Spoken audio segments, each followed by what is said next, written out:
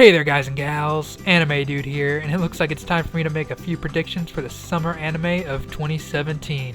I was off whenever I predicted that Fuka and Kabukibu would be hits in the winter and spring seasons of this year respectively, but I was on the money with Handshakers being widely known as a disappointment.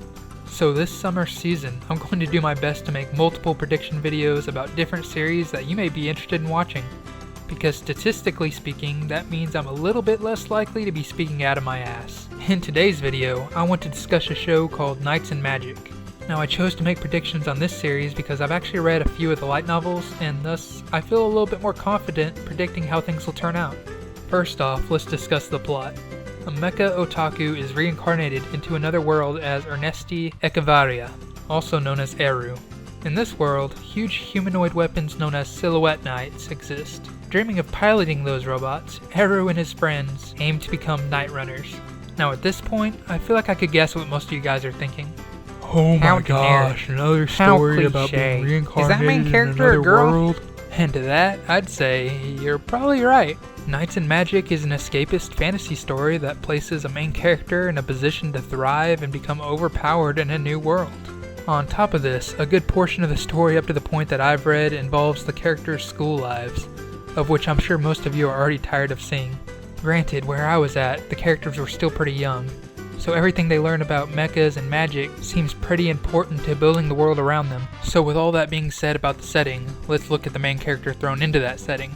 Originally, he was a very good programmer that, despite being the saving grace for the small company in which he worked, he spent most of his free time and money on mecha figures and whatnot. Now, I'm sure some of you probably like mechas, and even though I'm personally not the biggest fan of them, my favorite anime of all time is Code Geass. In turn, there's no part of me that thinks a show with mechas can't be good despite your preference towards them. Anyways, the main character is born as a young boy. That's right, this is a boy. Into a fantasy-like world with mechas known as Silhouette Knights and magic, as the title of the series indicates. Now the world itself is set up in such a way that allows the main character to thrive. Magic works a lot like programs, and he trains his mind and body from a young age in order to become the type of OP main character we all want to be. The entire world is like a dream come true for a hardworking mecha otaku such as himself. And that's the thing about this series.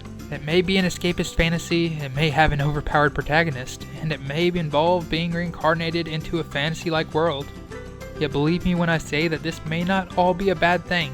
I already knew all of this going into the light novels, yet I'd be lying if I said I hadn't thoroughly enjoyed what I read. It's not meant to be a masterpiece, but rather it's meant to be a fun experience. And there's a part of me that firmly believes the anime can do just that. There's a large portion of anime fans that dislike shows such as Sword Art Online, ReZero, No Game No Life, and even Konosuba at times. Yet while all these shows may have had their flaws, they were a fun watch for a lot of anime fans, newcomers and veterans alike. Now, let's get into some of the nitty-gritty details about the new Knights and Magic anime adaptation. Now, this show was made by 8-Bit Studios, which was founded a little over 8 years ago. Their highest rated anime on my anime list is Grisai no Rakuen, which I've unfortunately never seen and probably just butchered its name. Their more popular shows that I've at least tried out include Absolute Duo, Infinite Stratos, and Wakure Romance, all of which were based on light novels. Of those 3 subpar shows, I only ever managed to finish Absolute Duo. In other words, I'm not the biggest fan of 8-Bit Studios so far, and I can honestly say that I wish another studio was doing this anime. But the trailer's animation does look appealing, so I'm not going to write off the show completely just because of 8-Bit Studios. Now, up until recently, I've never really been the type to look into the staff of a show, so I'm not going to pretend to be an expert. However, the director of this show, Yamamoto Yusuke, is a confusing aspect to analyze. On one hand, he doesn't seem like the most experienced director, and a majority of the shows he has directed weren't quite my cup of tea. However, he was the director for one of my favorite shows of all time, Welcome to the NHK. With Welcome to the NHK and Knights and Magic belonging to completely different genres, the fact that I'm even pointing this out may just be me stretching for a silver lining, but I feel the need to do it all the same. As far as the voice actors go, only the 3 main characters are known so far. The main character is going to be voiced by Takahashi Rei, the voice actress that played Megumin in Konosuba. And the twins are going to be played by relatively new voice actors, Sugawara Shinsuke and Ohashi Ayaka, the latter of which played Aragaki Aki from Masamune-kun no Revenge. In conclusion, I don't think Knights and Magic will be a masterpiece by any means. The studio making it doesn't have the best track record, the director has only directed one show I liked, and the voice actors are for the most part inexperienced. However, I thoroughly enjoyed the light novels I read, and despite their escapist fantasy setting, I think the show will not only garner more popularity than expected, but that it will actually be a fun and enjoyable series that I personally don't plan on missing.